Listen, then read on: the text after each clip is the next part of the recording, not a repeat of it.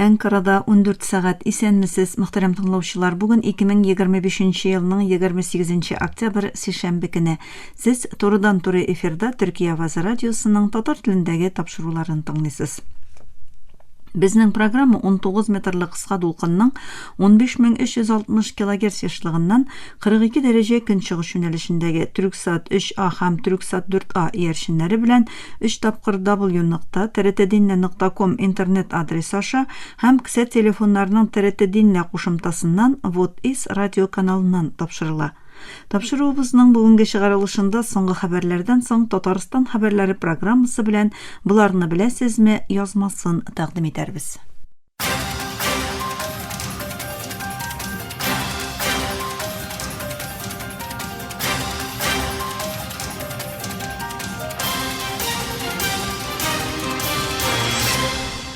Соңгы хәбәрләр. Төркиянең афәтләр һәм гадәттән тыш хәлләр белән идарә итү рәислеге кичен Балыкесердә 6,1 балл зурлыгында зилзилә булуын, аның Истанбул һәм башка шәһәрләрдә дә сизелүен хәбәр итте.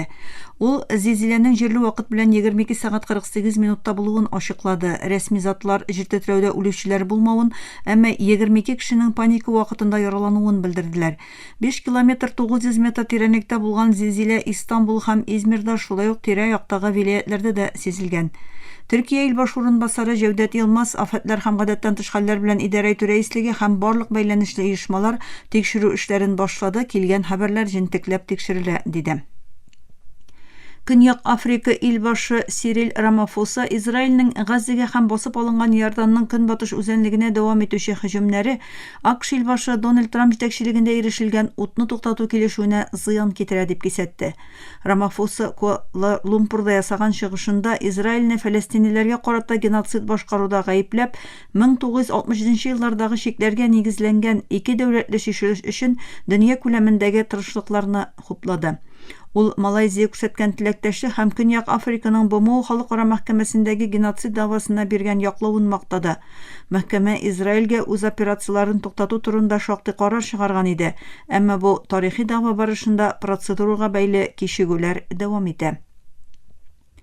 Газда шәһәр хакимияте рәсми затлары су кытлыгы һәм канализация проблемалары дәвам иткәндә, шәһәрдә 250 мең тоннадан артык чүп җыелуын, моның исә сәламәтлеккә һәм әйләнә-тирә мөхиткә җитди куркыныч тудыруын белдерделәр. Сүзче Асим Әл-Наби әйтүенчә, Израильнең 2 ел дәвам иткән геноцид характерындагы сугышы шәһәр хакимияте техникасының 85%-ын юк иткән. Бу исә чүп җыю һәм ремонт эшләрен бик авырлаштырган. Төркемнәргә Җухр Әлдиктагы төп чүп урынына кирүдә тыелган. Канализация шелтәренең җимерелүе киң күләмле агып чыгуларга китергән һәм авырулар куркынычын арттырган. Рәсми затлар якынча 70 миллиард доллар күләмендәге җимерелү һәм зыян сәбәпле халыкара җәмәгатьчелектән ашыгыч ярдәм сорады. Кремль Русияның атом төшкече белән эшләгән ракетаны сынап караганнан соң үз иминлеген тәэмин итүдә катгый булуын белдерде. Дәүләт башлыгы Владимир Путин моңарча Буревестник ракетасы өчен хәлиткеч сынаулар үткәреләчәген әйткән иде. Ракета 15 сәгать дәвамында якынча 14 мең километр очкан. Путин аны уникаль һәм шиксез диапазонлы дип атады. АКШ илбашы Дональд Трамп илбашы ышкышында ясаган белдерүендә бу сынауны әллә ни зур әһәмияткә ия түгел дип бәяләп, АКШның якында бер атом суасты кемәсе булуын искәртте. Трамп Путинны ракета сынаулары үткәрү урынына Украинадагы сугышны туктатырга чакырды. Төркия илбашы Реджеп Тайип Эрдоган белән Бөек Британия премьер-министры Кир Стармер Анкарада Төркиянең 20 Еврофайтер Тайфун ышкышы алу өчен 10 миллиард 700 миллион доллар күләмендәге әһәмиятле саклану хезмәттәшлеге килешүен имзаладылар. Эрдоган бу килешүне стратегик партнерлыкның символы буларак бәяләп, тагын да күбрәк уртак проектларның тормышка ашырылачагын һәм ике яклы сәүдәнең 40 миллиард долларга җитәчәген белдерде. Стармер килешүне НАТО иминлеген ныгытучы һәм инглизләр өчен 20 мең эш урыны тудыручы борылыш ноктасы дип бәяләде. Бөек Британия саклану министрлыгы бу килешүне илнең соңгы елларның иң зур хәрби ышкыш экспорты килешүе дип атады.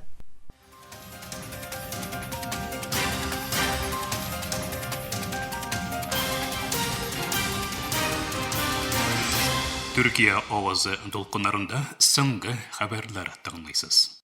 Израиль кешеләре сишәмбе иртәсендә Ярданның басып алынган көнбатыш үзәнлегендәге җирләрнең төньягында үткәрелгән операция вакытында 3 фәлестинлене үтерүен белдерде. Израиль полициясе 3 Иратның Женин шәһәре янында Израиль тарафыннан сугышы үзәге дип саналган урында мәгарәдән чыкканда утка тотылуын җиткерде. Белдерүдә фәлестинлеләрнең һөҗүм планлаштыруда гаепләнүе, ләкин өстәмә мәгълүмат бирелмәве әйтелде. Израиль кешеләре шул ук вакытта мәгарәне юк итү өчен һава һөҗүме үткәргән.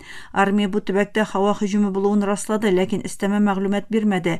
Соңгы 2 ел эчендә Газидәге Израиль һөҗүмнәреннән соң Ярданны басып алу көнбатыш үзәнлегендә 1057-дән артык фәлестинле үтерелгән, 10,300 кеше яраланган һәм 20 меңнән артык кеше, шул исәптән 1600 бала кулга алынган.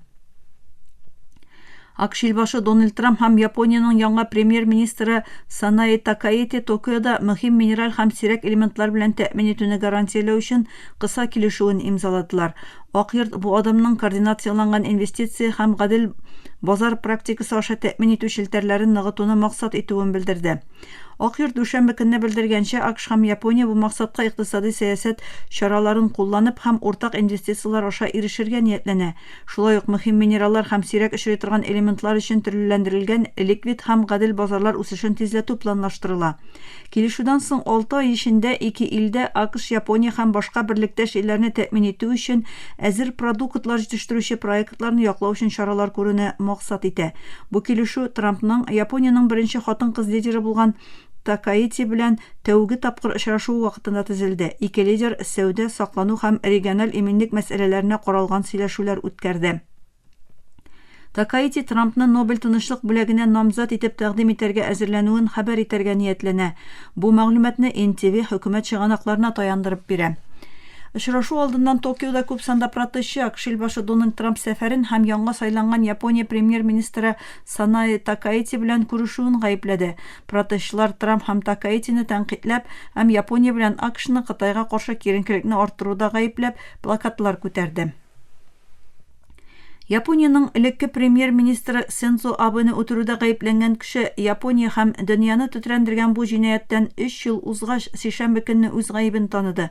45 яшьлек Тецуя Ямагами 2022 елның 8 июлендә Нары шәһәрендә сайлау кампаниясе вакытында ясаган чыгышында Абега өйдә ясалган корал белән атуын мәхкәмә алдында таныды. Җирле матбугаттагы хәбәрләргә караганда, Ямагами мәхкәмәдә бар да дөрес дип әйткән. Ул җинаять кылуда һәм Япониянең кораллар контроле законын бузуда гаепләнә. Япониянең иң озак вакыт вазифа башкарган премьер-министры булган Синдзо Абе парламент сайлаулары алдыннан сайлаучыларга мөрәҗәгать иткән чакта атып үтерелде. Җинаять дәрәҗәсе бик түбән һәм коралга бәйле законнар бик каты булган илдәге әлеге һөҗүм милли мәтәнгә сәбәп булды һәм сәяси иминлеккә кагылышлы сораулар тудырды. Прокурорлар әйтүенчә, Ямагами элекке премьер-министрны шуның өчен нишан итеп сайлаган. Имеш Абеның әнисе Берләшү ширкәве белән элемтәдә булган һәм бу оешмага зур күләмдә акча белән ярдәм итеп, гаиләне белгенлеккә төшергән. Бу дәгъва Япониядә рәсми исеме Дөнья тынычлыгы һәм Берләшү өчен гаилә федерациясе дип аталган ширкәүнең сәясәткә тәэсире турында җәмәгатьчелектә кабат бәхәсләр уятты һәм хөкүмәтне бу ширкәү турында тикшерү башларга, аңа каршы мәхкәмә эшләрен кузгатуга этәрде. Абеның җеназа җыены үтерүдән берничә көн узгач, Токиодагы гыйбадәтханәдә узды. Меңләгән кеше урамнарда сафка тезелеп, мәрхүм лидерга ихтирам күрсәтте. Япония кануннарына күрә, әгәр Ямагами гаепле дип табылса, аны мәңгелек төрмә яки үлем җәзасы көтә. Дональд Трамп дүшәмбе көнне ясаган белдерүендә 2028 елга Америка сайлауларында ил башы урынбасары намзәте булмаячагын әйтте. Аның кайбер яклаучылары бу адым аңа вакыт чикләүләрен узып, Ак йортта калырга мөмкинлек бирә ала дип исәпли. АКШ төп кануны ил башының иң күбе 2 дәвр вазифа башкара алуын белдерә. Трамп икенче чорга гыйнвар аенда кереште. Шул вакытта кайбер яклаучылары җөмһүриятче лидерның ил башы урынбасары буларак сайланып, соңыннан буш калган ил башы вазифасына кире кайта алуын алга сөрә. Трамп илбашы очкычы бортында журналистлар аңа 2028 елның ноябрендә илбашы урынбасары өчен намзәт булып булмавы турында сорагач, моңа рөхсәт бирелергә мөмкин дип җавап бирде. Ләкин шундук мин моны эшләмәм, минемчә бу артык хәйләкәрлек булыр, дөрес булмас дип истәде. 2017-2021 елларда беренче дәвр АКШ илбашы вазифасын башкарган Трамп бик еш телдә китергәнчә, яклаучылары аның конституцион чикләүләргә карамастан вазифа башкару вакытын озайтуын тели. Теорияга күрә, илбашы урынбасары Джеймс Дэвид Венс сайланса, ул тиз арада вазифасыннан китәчәк һәм Трамп яңадан илбашы булачак. Мөхтәрәм тыңлаучылар, сез Төркия авазы дулкыннарында соңгы хәбәрләр белән таныштыгыз.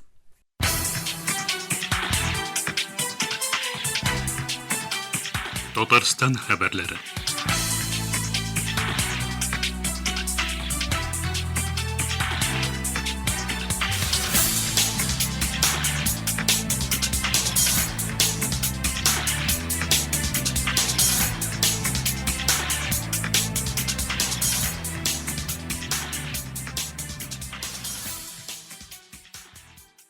Татарстандагы һәм татар дөньясындагы кайбер вакыйгаларга кыскача күзәтү.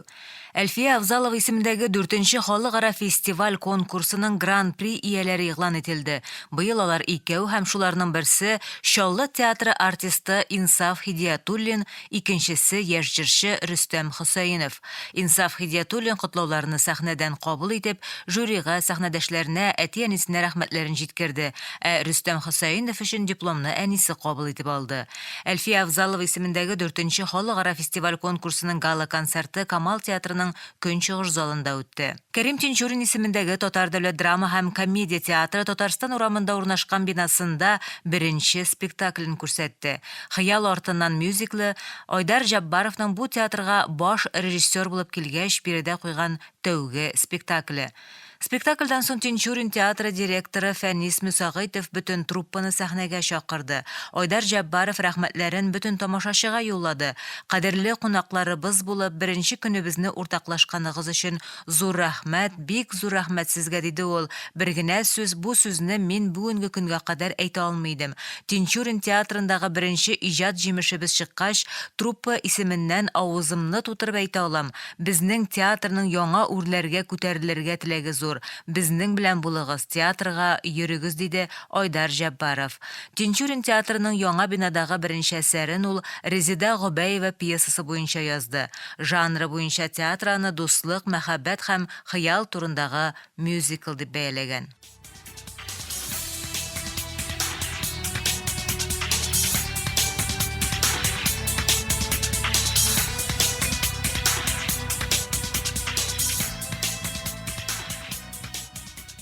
Татар кино җитәкчесе Миләүшә Айтуганова үзенең вазифасыннан китә. Татарстандагы масса күләм мәгълүмат чаралары җиткергәнчә, республиканың мәдәният министрлыгы аның белән контрактны озайтмаска карар кылган. Әлеге вазифада Айтуганова 2017 елдан бирле иде. Аның урынына танылган продюсер, беренче татар рэп төркеме Иттифакка нигез салучы һәм яңа татар мәдәнияте фестивале Тат Культ Фестны оештыручы Ильяс Гафаров киләчәк. Миләүшә Айтуганова шулай ук Алтын Мөнбәр кинофестиваленең башкарма директор вазифасында башкара һәм фильмнарга продюсерлык итә. Татарстан Милли музейының гомум мөдире вазифаларын башкаручы итеп Айрат Файзрахманов билгеләнде. Музей коллективына яңа җитәкчене мәдәният министры Ирада Әюпова тәкъдим итә. Айрат Шамил улы Файзрахманов Казан дәүләт университетының тарих факультетын тәмамлаган, тарих фәннәре кандидаты. Аның бөтен тормышы Татарстанның бай мәдәни тарихи мирасын өйрәнү һәм популярлаштыру белән бәйле дип ассызыкладылар министрлыкта. Файзрахманов тарихи очерклар һәм популяр басмаларда мәкаләләр, шулай Казанның тарихи бистәләре һәм Казан арты буйлап экскурсия маршрутлары авторы. 2020 елның маеннан ул мәдәният министрлыгының иҗтимагый оешмалар белән хезмәттәшлек итү бүлеген җитәкләде. 2022 елдан Татарстан Милли музеен җитәкләгән Алиса Вяткина узган атнада вазифасыннан китте.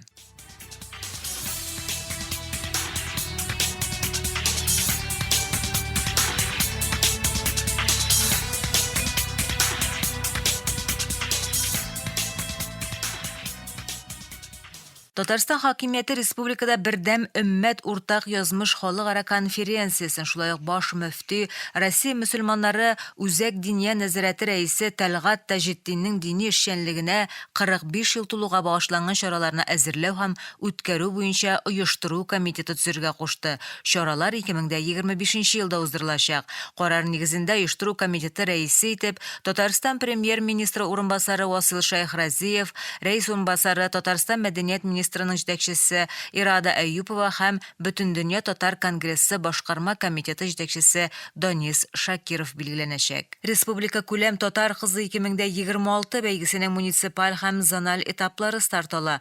Бәйгедә татар телен камил белгән, кәүдә булмаган 18-дән 27 яшькә кадәрге кызлар катнаша. Бу хакта Бөтендөнья татар конгрессының матбугат хезмәте хәбәр итә. Зональ этаплар 5 район үзәгендә һәм Казан шәһәрендә уздырылачак. Бу этапта уңышлы чыгыш ясаган катнашучылар ярым финалга юл алачак.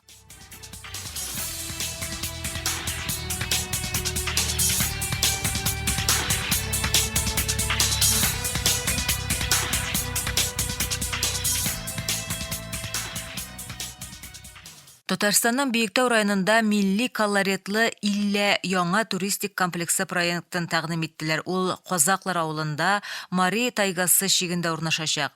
Булачак кунаклар татар йортларына охшатып төзелгән уңайлы агро-отельләргә туктала, гаилә аланнарында ял итә, традицион милли ризыклар тәкъдим ителгән кафе һәм кулинария студиясе булган гастрономия мәйданында рәхим итә алачак. Шулай комплекс территориясендә су буе экопаркы, контактлы зоопарк, тимерчелек остаханәләре, иҗади лабораторияләр һәм квест зоналар урнашыр дип көтелә.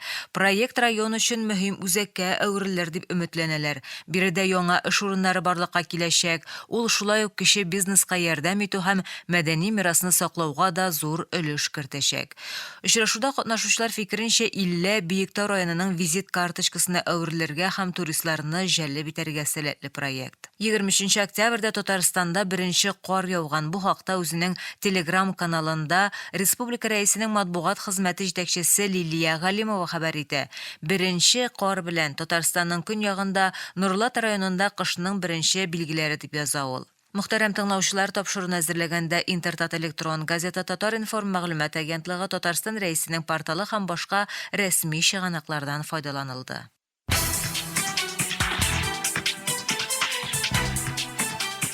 Татарстан хәбәрләре.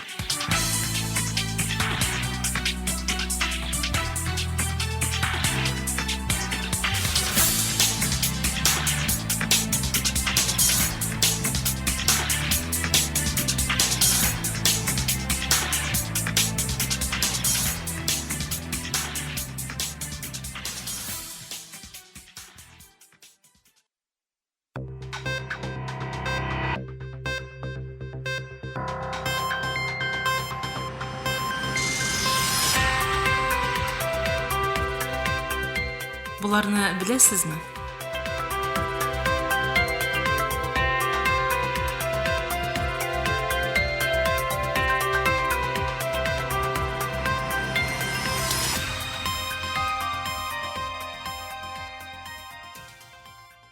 Дөньядагы иң зур мәчетләрнең берсе Истанбулда икәнен беләсезме?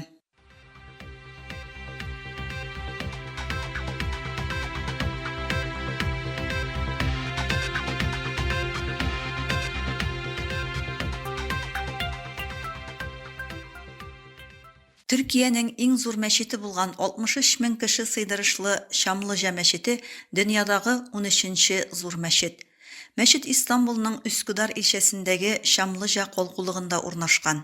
Төзелеше 2013 елда башланган һәм 2019 елның 3 маенда ачылган мәчетнең мәйданы 57500 квадрат метр. Шамлыжа мәчетенең проектын Хайрия Гөлтоту һәм Бахар Мызрак эшли. Хатын-кыз архитекторлар бер юлы 63 мең кеше гыйбадәт кыла алырлык итеп проектлаган мәчеттә хатын-кызларның уңайлы намаз укуына да мөмкинлек биргәннәр. Проектның соңгы версиясын архитектор Хаҗи Мәхмәт Гүнәр әзерли. Дизайнерлар җир тетрәү мөмкинлеген дә исәпкә алып, проектны табигый афәт булган очракта мәчеттә 100 мең кеше калырлык итеп эшлиләр. Мәчетнең 72 метр биеклектәге төп гөмбәзе Истанбулда яшәүче 72 халыкны, 34 метр диаметрындагы гөмбәзе Истанбулны символлаштыра. Шамлыжа мәчете 5 метр киңлегендә, 6,5 метр биеклегендә һәм 6 тонна авырлыгындагы төп ишеге белән дөньядагы иң зур гыйбадәтханә ишекләреннән берсенә ия. Мәчет комплексында шулай ук музей, сәнгать галереясы, китапханә, 1000 кешелек конференциялар залы, 8 сәнгать остаханәсе һәм 3500 машина кую урыны бар.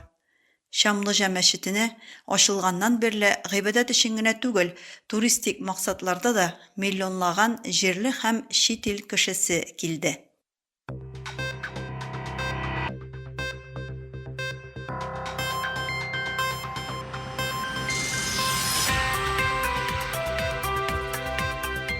Буларны беләсезме?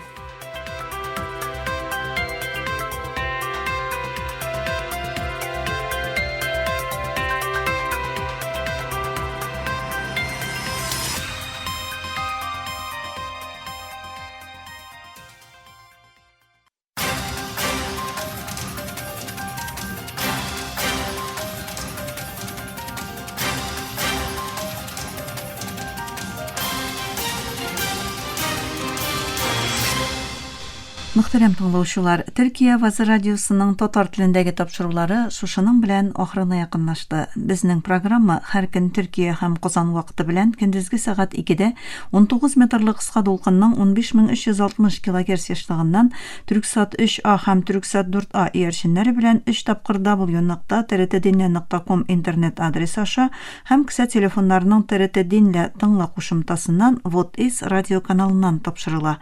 Әлегә без сезнең белән саубуллашабыз, эфирда киләсе очрашуга кадәр.